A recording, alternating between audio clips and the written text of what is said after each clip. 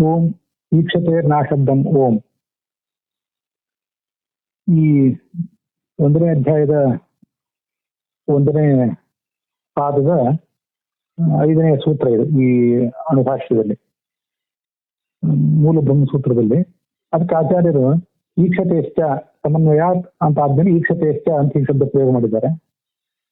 ಆ ಈಕ್ಷತೆಶ್ಚ ಅಂತ ಅನ್ನೋದಕ್ಕೆ ಏನ್ ಅರ್ಥ ಅಂತ ಅನ್ನೋದನ್ನ ನಾವು ನೋಡಿದ್ದೇವೆ. ಎಲ್ಲಾ ವೇದಗಳು ಮತ್ತೆ ಎಲ್ಲಾ ಶಾಸ್ತ್ರಗಳು ಎಲ್ಲವೂ ಕೂಡ ಒಂದೇ ಅರ್ಥವನ್ನು ಹೇಳ್ತವೆ, ಬೇರೆ ಬೇರೆ ಅರ್ಥವನ್ನು ನಾವೇನು ಪ್ರತಿಪಾದನೆ ಮಾಡೋದಿಲ್ಲ. ಹೀಗೆ ಸಕಲ ಶಾಸ್ತ್ರಗಳಲ್ಲಿಯೂ ಕೂಡ ಏಕರೂಪತೆ ಅನ್ನುವುದಿದೆ. ವಿಷ್ಣು ಎಂಬತಕ್ಕಂಥ ಒಂದೇ ಅರ್ಥವನ್ನೇ ಅವು ಪ್ರತಿಪಾದನೆ ಮಾಡ್ತವೆ. ಇದು ಗತಿ ಸಾಮಾನ್ಯ ಎಂಬುದಾಗಿ ಮುಂದಿನ ಒಂದು ಸೂತ್ರದಲ್ಲಿ ಬರುವಂತಹ ವಿಷಯ.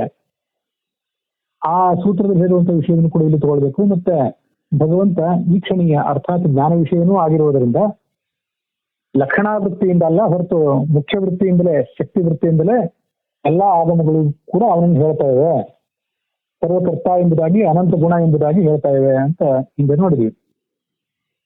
ಇಲ್ಲಿ ಈ ಅಧ್ಯಾಯದ ಆರಂಭದಲ್ಲಿ ಏನ್ ಹೇಳ್ತಾರೆ ಅಂತ ಅನ್ನೋದನ್ನ ಸ್ವಲ್ಪ ವಿವರಿಸಬೇಕಾಗಿತ್ತು ಅಂತ ನಮ್ಗೆ ಕೇಳುವವರಿಗೆ ಸಂಶಯ ಬರಬಹುದು. ಈ ಅದನ್ನ ಇಲ್ಲಿ ಆಚಾರ್ಯರು ಅಣುಭಾಷ್ಯದಲ್ಲಿ ಯಾಕೆ ಹೇಳಿಲ್ಲ, ಕೇವಲ ಸಂಕ್ಷಿಪ್ತವಾಗಿ ಆ ಪದಗಳನ್ನು ಯಾಕೆ ಪ್ರಯೋಗ ಮಾಡಿದ್ದಾರೆ ಅಂದ್ರೆ, ಸಾಮಾನ್ಯವಾಗಿ ನಮಗೆಲ್ಲ ಗೊತ್ತಿರುವಂತೆ ಇದು ಅಣುಭಾಷ್ಯ, ಇದು ಚಿಕ್ಕ ಭಾಷ್ಯ. ಬ್ರಹ್ಮಸೂತ್ರ ಭಾಷ್ಯದಲ್ಲಿ ಎಲ್ಲ ವಿಚಾರ ಮಾಡಿದ್ದಾರೆ. ಏತದಧ್ಯಾಯ ಅಥ ಏತದಧ್ಯಾಯ ಆದ್ಯರ್ಥಸ್ಯ ಭಾಷ್ಯ ಸ್ಫುಟತ್ವಾತ್.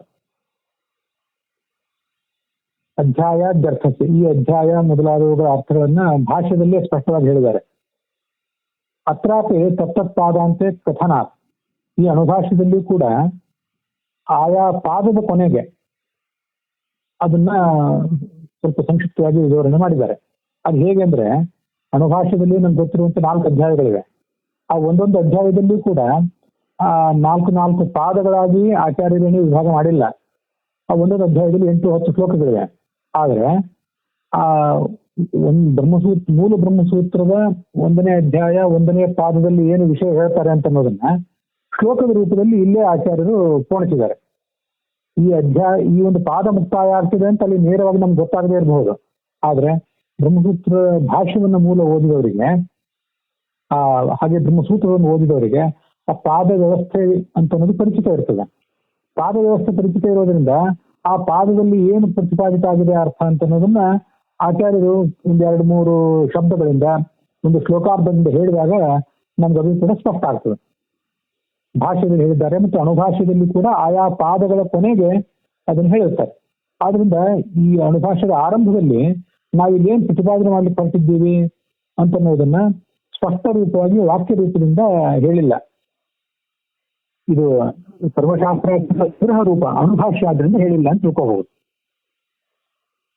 ಅಥವಾ ನಮ್ಗೆ ಈ ಅಣುಭಾಷ್ಯವನ್ನು ಓದುವಾಗಲೂ ಕೂಡ ಒಂದು ಸ್ಪಷ್ಟವಾದಂತಹ ವಿವರಣೆ ಬೇಕು. ಆಚಾರ್ಯರು ಬ್ರಹ್ಮಸೂತ್ರ ಭಾಷ್ಯದಲ್ಲಿ ಹೇಗೆ ಹೇಳಿರ್ತಾರೆ ಆ ಇದು ಕೂಡ ಒಂದು ಸ್ಪಷ್ಟವಾದ ವಿವರಣೆ ಇದ್ದಾರೆ. ಈ ಹೇಳ್ತಾರೆ ಅಂತ ಅನ್ನೋದು ನಮಗೆ ಆಗಬೇಕು ಅಂತ ಯಾರಾದ್ರೂ ಬಯಸುವುದಾದ್ರೆ ಅದಕ್ಕೂ ಕೂಡ ಒಂದು ವ್ಯವಸ್ಥೆ ಇದೆ ಅಂತ ಹೇಳ್ತಾರೆ. ಯದ್ವಾ ಎಂಬ ಮಾತಿನಿಂದ ಇದು ತತ್ವಮಂಜರಿಯಲ್ಲಿ 25ನೇ ಭಾಗ. ಅಥ ಏತದ ಅಧ್ಯಾಯಾದ್ಯರ್ಥಸ್ಯ ಅನ್ನೋದ್ರಿಂದ ಹೇಳಿದ್ರು. ಈ ಅನುಭಾಷೆಯಲ್ಲಿ ಪ್ರಸಿದ್ಧೇವಸ್ತುಷು ಉಚ್ಯತೆ ವಿಷ್ಣುದೇವೈಕಃ ಸರ್ವೈಹಿ ಸರ್ವಗುಣತ್ವತಃ ಅಂತ 3ನೇ ಶ್ಲೋಕ ಇದೆ. ಶ್ಲೋಕ ಪ್ರಾರಂಭ ಆಗುವುದು ಪ್ರಣೇತ ಜ್ಯೋತಿರಿತ್ಯಾದ್ಯೈಹಿ ಪ್ರಸಿದ್ಧೇ ವಸ್ತುಷು ಉಚ್ಯತೆ ವಿಷ್ಣುದೇವೈಕಃ ಸರ್ವೈಹಿ ಸರ್ವಗುಣತ್ವತಃ ಅಂತ 3ನೇ ಶ್ಲೋಕ. ಆ 3ನೇ ಶ್ಲೋಕದಲ್ಲಿ ಆ 3 ಪಾದಗಳೇನಿವೆಯಲ್ಲ, ಪ್ರಸಿದ್ಧೈಹಿ ಅನ್ಯವಸ್ತುಷು ಉಚ್ಯತೆ ವಿಷ್ಣುದೇವೈಕಃ ಸರ್ವೈಹಿ ಸರ್ವಗುಣತ್ವತಃ ಅಂತ ಈ 3 ಪಾದಗಳೇನಿವೆ, ಈ ಮೊದಲನೇ ಪಾದದ ಕೊನೆಗೆ ಬಂದಿರುವಂತಹ ಶ್ಲೋಕದ ಈ 3 ಪಾದಗಳನ್ನ ಮೂಲ ಬ್ರಹ್ಮಸೂತ್ರ ಭಾಷ್ಯದ ಅಥವಾ ಬ್ರಹ್ಮಸೂತ್ರದ 1ನೇ ಅಧ್ಯಾಯದ 1ನೇ ಪಾದದ ಅರ್ಥವನ್ನ ಸಂಗ್ರಹಿಸುವಂತಹ 3 ಶಬ್ದಗಳು. ಪ್ರಸಿದ್ಧೈರಣ್ಯ ವಸ್ತುಷು ಉಚ್ಯತೆ ವಿಸ್ತುರೇವಿಕಃ ಸರ್ವೈ ಸರ್ವಗುಣತ್ವತಃ ಅಂತ. ಮುಂದೆ ಸರ್ವಗೋಪ್ತ ನಿಯಂತಾಚ ಅಂತ ಅನ್ನೋದು ಅದು ಮುಂದಿನ ಪಾದದ ವಿವರಣೆ, 1ನೇ ಅಧ್ಯಾಯದ 2ನೇ ಪಾದದ ವಿವರಣೆ ಅದು. ಆದ್ರಿಂದ ಮೊದಲನೇ ಪಾದದ ಕೊನೆಗೆ ಬಂದಿರುವಂತಹ ಈ ಶ್ಲೋಕದ 3 ಪಾದಗಳು, ಅವುಗಳನ್ನು ಇಲ್ಲಿ ನಾವು ಮುಂದಿನ ಅಧ್ಯಯನವನ್ನು ನಾವು ಈಗಾಗಲೇ ಮಾಡಿರ್ತೇವೆ. ಬ್ರಹ್ಮಸೂತ್ರ ಅನುಭಾಷ್ಯವನ್ನು ಕೂಡ ಎಲ್ಲ ಅಧಿಕಾರಿಗಳಾದವರು, ಜಿಜ್ಞಾಸುಗಳಾದವರು ಅಧ್ಯಯನ ಮಾಡದೆ ಹೋದ್ರು ಕೂಡ ವ್ಯಾಖ್ಯಾನಕಾರರಾದವರು ಮಾಡಿರ್ತಾರೆ. ಮುಂದೆ ಬರುವುದನ್ನ ಕೆಲವು ಬಾರಿ ಇಲ್ಲೂ ಕೂಡ ಮೊದಲು ತಗೊಳ್ಬೇಕು. ಹಿಂದೆ ಬಂದದ್ದನ್ನ ಇಲ್ಲಿ ತಗೊಳ್ಳುವುದೊಂದು ವಿಷಯ ಬೇರೆ, ಮುಂದೆ ಹೇಳುವುದನ್ನ ನಾವು ಗಮನದಲ್ಲಿ ಇಟ್ಟುಕೊಂಡು ಅಲ್ಲಿರುವಂತಹ ಒಂದು ಯೋಜನೆಯನ್ನು ಇಲ್ಲಿ ಕೂಡ ತಿಳ್ಕೋಬೇಕು ಅಂತ ಅರ್ಥ. ಯದ್ವಾ ಏತದಧ್ಯಾಯ ಅಧ್ಯಾಯಾದ್ಯರ್ಥೋಕ್ತಿ ಪರತೆಯ.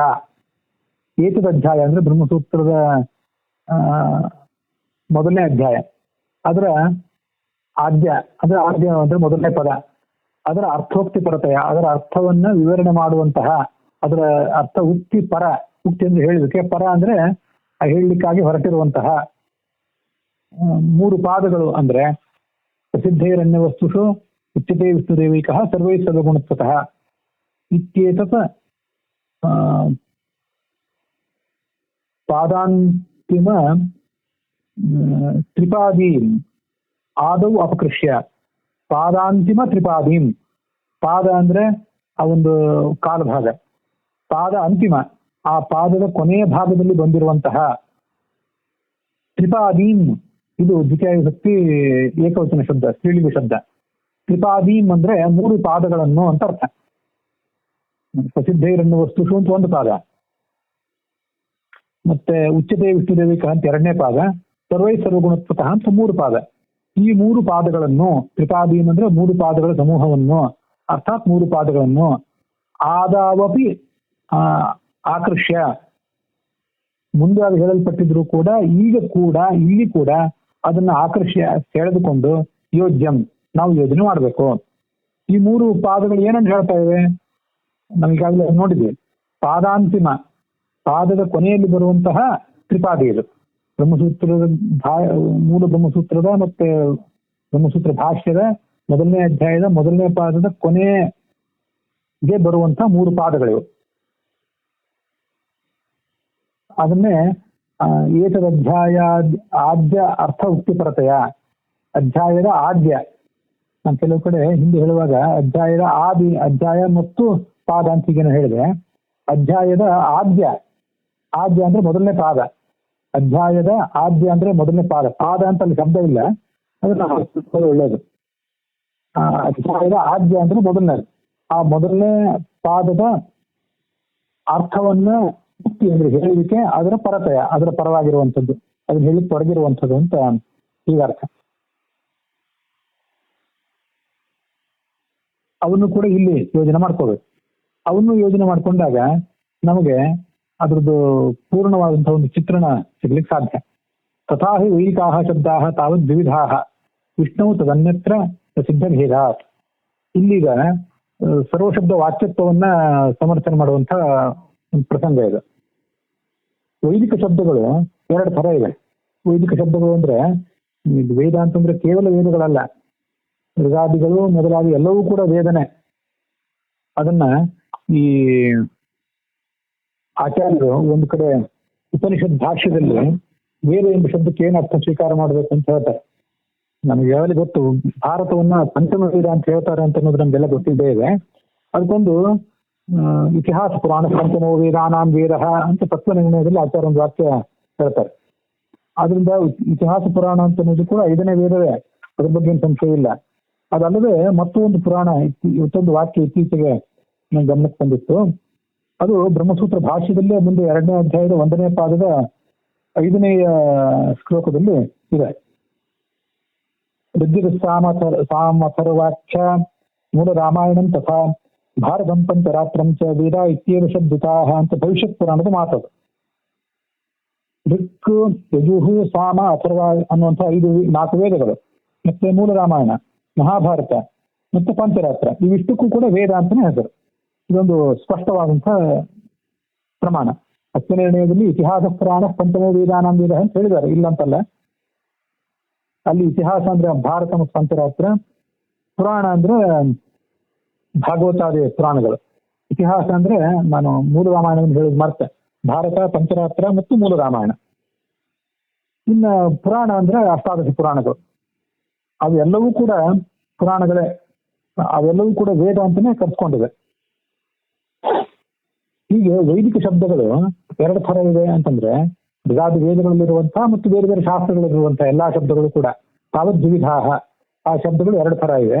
ಒಂದು ವಿಷ್ಣುವಿನಲ್ಲಿ ಪ್ರಸಿದ್ಧವಾದದ್ದು, ಮತ್ತು ತದನ್ಯತ್ರ ವಿಷ್ಣುವನ್ನು ಬಿಟ್ಟು ಬೇರೆ ಕಡೆನೂ ಕೂಡ ವಿಷ್ಣುವನ್ನು ಬಿಟ್ಟು ಬೇರೆ ಕಡೆ ಪ್ರಸಿದ್ಧವಾದದ್ದು.